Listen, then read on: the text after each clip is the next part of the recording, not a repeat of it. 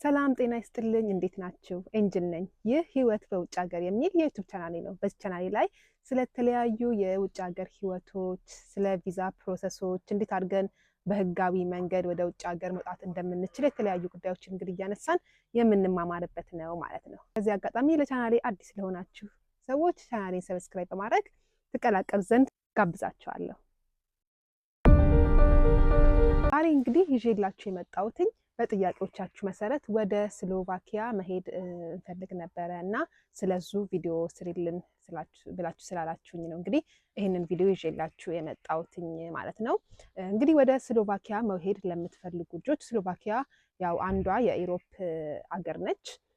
ኢኮኖሚያቸውም እንግዲህ ያው ብዙም ትንሽ አይደለም፣ ብዙም ትልቅ አይደለም፣ መካከለኛ የሆነች አገር ነች ማለት ነው። እንግዲህ ለእናንተ ያው በህጋዊ መንገድ አድርጋችሁ እዛ ሀገር ለመምጣት ለምትፈልጉ ለምታስቡ ሰዎች ማለት ነው መምጣት ትችላላችሁ ማለት ነው።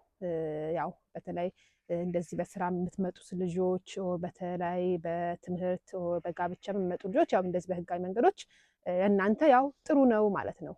ያው ህጋዊ ለምትሆኑ ሰዎች በጣም አሪፍ ኦፖርቹኒቲ ነው ማለት ነው።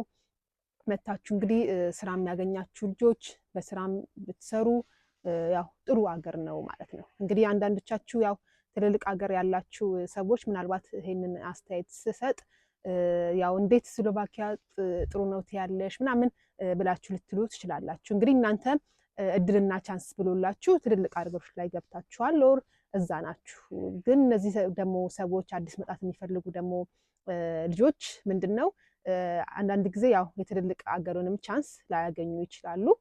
ስለዚህ የትንንሽ ሀገሮችንም ቻንስ ቢያገኙ ቢመጡበት ያው ጥሩ ነው ባይ ነኝ እና ትልቅ ሀገር ላይ መኖርም ትንንሽ ሀገር ላይ መኖርም ባይዘዌ ምንም ብዙም አይነት ዲፍረንስ የለውም። የሀገሩ ስም መተለቅ ማነስ ነው እንጂ ላይፋችሁን ሰክሰስ አድርጋችሁ የትኛውም ሀገር ላይ መኖር የምትችሉ ከሆነ በተለይ በስራ ለምሳሌ የምትመጡ ልጆች ስራ የምትሰሩ ከሆነ በጣም አሪፍ ነው እና የሀገሩ ትልቀት የሀገሩ ማነስ ማየት አይገባችሁም።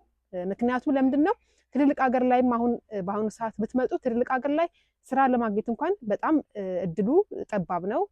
ቻንሱ እንደ ትንንሾች ሀገር አይገኝም። ትንንሾች ሀገር ላይ ግን አንዳንድ ያው ኳሊፊኬሽን እንኳን የማይጠይቁ ስራዎችን ልታገኙ ትችላላችሁ ማለት ነው እና የዚህ ቻንስ ካላችሁ የምትሰሩ ከሆነ የትኛውም ሀገር ላይ ስራ እየሰራችሁ ለምትኖሩ ሰዎች ማለት ነው ጥሩ ነው ብዬ ነው እንግዲህ እኔ አስተያየትን የምሰጠውና የምደግፈው ማለት ነው። ምክንያቱም ሰው ትልልቅ ሀገር ላይ ስለሆነ ህይወቱ ተሟልተለት የተሳክሉለት የሚፈልገው ነገር ይኖራል ማለት አይደለም። እንደውም ትልልቅ ሀገር ላይ በጣም ያው የሰው ፍሰት በጣም ብዙ ስላለ ከየዓለም ሀገሩ እንግዲህ ሁሉም ሰው ትልልቅ ሀገራች ላይ መሄድ ስለሆነ የሚፈልገው የስራ የማግኘቱም እንደ ልብ ጥሩ ህይወት የመኖሩም እንደውም ቻንስ በተለይ በአሁን ባለንበት ሰዓት በጣም እየጠበበ ነው ማለት ነው የመጣው እና ትንሽ ሀገሮች ላይ የምታገኙ ልጆች እንግዲህ ያው በትምህርትም ሆነ በስራም በተለያዩ አጋጣሚዎች ትንንሽ ሀገር ነው ብላችሁ አትናቁ። ሂዱ፣ ስሩ። የእናንተ ህይወት የትኛው ጋር እንደሆነ ጥሩ ሰክሰስፉል ሆናችሁ የምትኖሩበት አይታወቅም እና መሞከር ነው ያለባችሁ፣ መሄድ ነው ያለባችሁ እንጂ ሰው በሚላችሁ ይሄ ሀገር ጥሩ አይደለም፣ ይሄ ሀገር ጥሩ አይደለም፣ ይሄ ሀገር እኮ እንዲህ ነው በማለት በሰው ወሬ ያው እንትን ማለት የለ እናንተ ያው እንትን እዛ ሀገር አንፈልግም ብላችሁ ማሰብ የለባችሁም ማለት ነው። እንግዲህ የራሴ የምሰጣችሁ አስተያየት። ኤንጅል ነኝ። ይህ ህይወት በውጭ ሀገር የሚል የዩቲዩብ ቻናሌ ነው። በዚህ ቻናሌ ላይ በውጭ ሀገር ህይወት ላይ እና ወደ ውጭ ሀገር ለመውጣት ለምትፈልጉ የተለያዩ ጉዳዮችን በማንሳት የምንወያይበትና የምንማማርበት ነው። እናንተም ቻናሌን ሰብስክራይብ በማድረግ ቤተሰብ ሁኑ። የትኛውም ሀገር እንዳልኳችሁ ስራ የምትሰሩ ከሆነ ጥሩ ነው፣ ስሩ እና አንዳንድ ጊዜ ደግሞ የትልቅ ሀገርና የትንሽ ሀገር ልዩነቱ ምንድን ነው?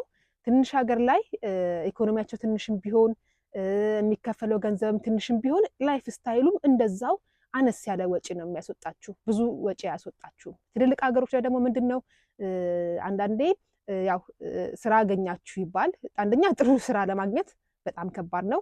ጥሩ ህይወት ለመኖር ጥሩ ገቢ ሊኖራችሁ ይገባል እና እነዚህ እንኳን ቢሟሉላችሁና ስራ አግኝታችሁ እየሰራችሁ ብትኖሩ ወጪያችሁም የዛኑ ያክል ብዙ ነው። እንደምታገኙት ገንዘብ ወጪያችሁም ያው ይጨምራል ማለት ነው እና አንዳንዴ ያው ብዙ ልጆች እንዲህ ሀገር ነው እንዲህ ትንሽ ሀገር ነው ትልቅ ሀገር ነው ብላችሁ አትሸወዱ። ያገኛችሁበት ሀገር ኢቭን ለኤክስፒሪየንስ ለምንም ለህይወቱንም ለማየት ይሆናችኋል እና ሞክሩ ብዬ ነው እንግዲህ ያው የዛሬ አስተያየት የምሰጣችሁ።